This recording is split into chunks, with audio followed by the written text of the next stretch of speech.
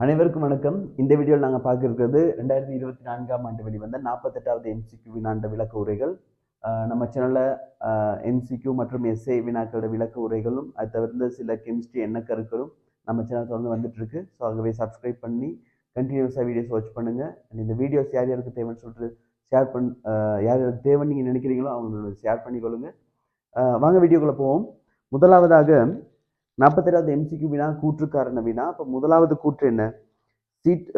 BP ஆக்சலேட்டின் நிரம்பிய நீர்க்கரைசல் உடன் ஐதான HNO3 கரைசலை சேர்க்கும் பொழுது பிபி ஆக்சலேட் சொல்லிட்டு கரைதிறன் அதிகரிக்கும்.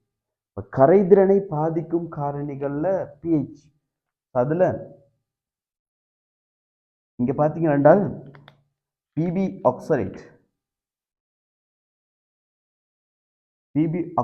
C2O4 கரைந்து அதன் நிரம்பிய நீர் கரைசலை உருவாக்கி வச்சிருக்கு. அப்போ பிபி எக்வஸ் 2+ எக்வஸ் மற்றும் C2O4 2- எக்வஸ் முழுமையாக நிரம்பப்பட்ட ஒரு கரைசல் இந்த இடத்துல இருக்குது.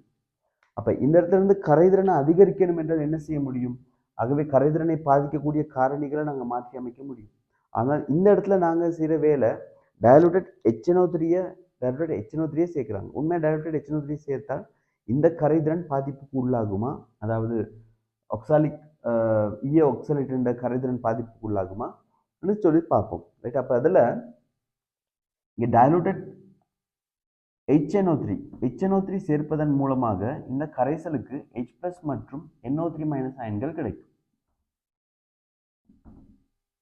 அப்ப இங்க H+ மற்றும் NO3- அயன்கள் கிடைக்கிறதுனால உங்களுக்கு இந்த சமநிலையை குழப்ப முடியுமா?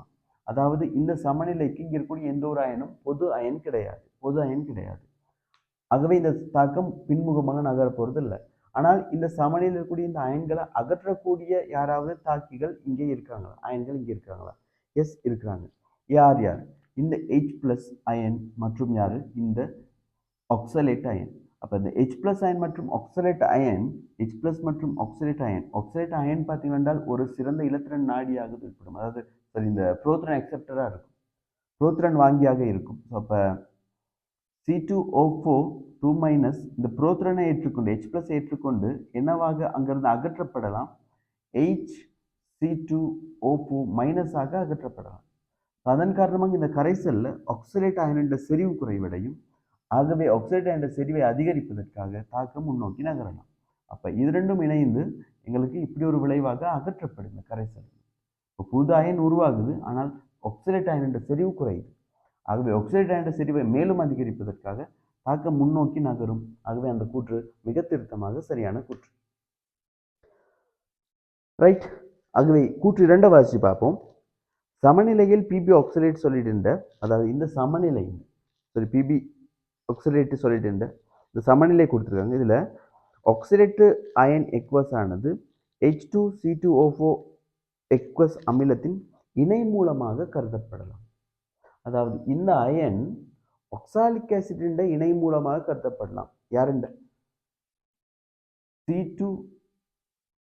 H2C2O4 இணை மூலமாக கருதப்படலாம் என்று சொல்கிறார்கள். இந்த கூற்று உண்மையா? முதலாவதாக ஆக்சாலிக் ஆசிட் பிரிகையை எடுத்து யோசிச்சு பார்த்தீங்கன்னா, கூட்டட் பிரிகை எடுத்து யோசிச்சு பார்த்தீங்கன்னா, H2C2O4 நீர் ஊடகத்துல எங்களுக்கு தெரியும் H+ இலக்கும். ஆகவே அமிலம் என்ன? அப்ப H+ இலக்கட்டும். அப்ப H இங்க உருவாக போறது H3O+ மற்றும் இந்த HC2O4- எக்வஸ். அப்ப இது இந்த இடத்துல அமிலமா இருக்குது. இந்த அமிலத்தின் இணை மூலமாக சொல்றோம். கன்ஜுகேட்டட் பேஸா இருக்கும். இணை மூலம் இந்த ஆசிட் கன்ஜுகேட்டட் பேஸ். அப்ப இது ஆசிட், இது அமிலம். பிறகு இரண்டாவது கூட்டல் பிரிகையின் போதே இது மீண்டும் H+ இழக்கும், மீண்டும் புரோத்ரானை இழக்கும். அப்ப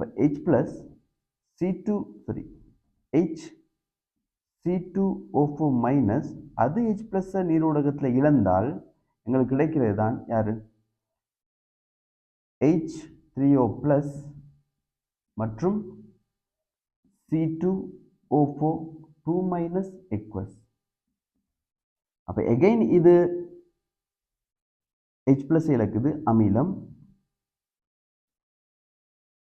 ரைட். இது மூலம், இந்த இடத்துல நீர் பார்த்தீங்கன்னா மூணாவது பிறகு இந்த H+ ஏற்குது.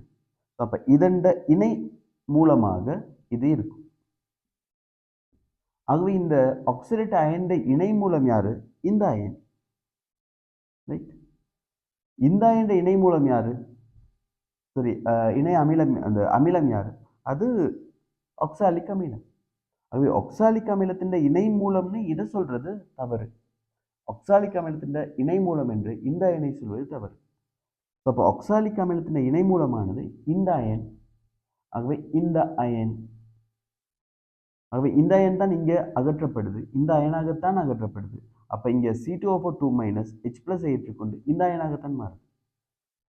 ஆகவே இதுவாகத்தான் மாற்றப்படுதே ஒழிய எங்களுக்கு அதுக்கான விளக்கமாக இந்த இரண்டாவது கூற்றும் இல்லை. ரெண்டாவது அது பிழையான கூற்றும் கூட.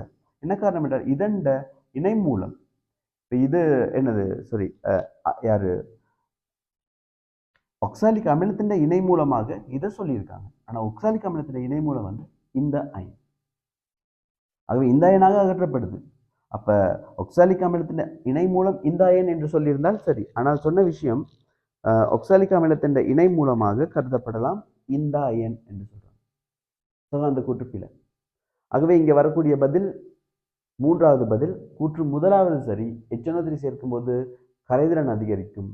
காரணம் ஆக்சாலிக் அமிலத்தின் இணை மூலம் இந்த அயன் என்பதால். ஆனால் சொல்லப்பட்டிருக்கு இந்த அயன் என்று. ஓகே, ஆகவே அது தவறான கூற்று. ஓகே, இந்த பகுதி உங்களுக்கு விளங்கியிருக்கும்னு நினைக்கிறேன். ஸோ விளங்கியிருந்தால் தொடர்ந்து வீடியோஸ் கண்டினியூவாக வாட்ச் பண்ணுங்க. நாங்கள் இன்னொரு வீடியோவில் இன்னொரு வினாவில் சந்திப்போம். தேங்க்யூ.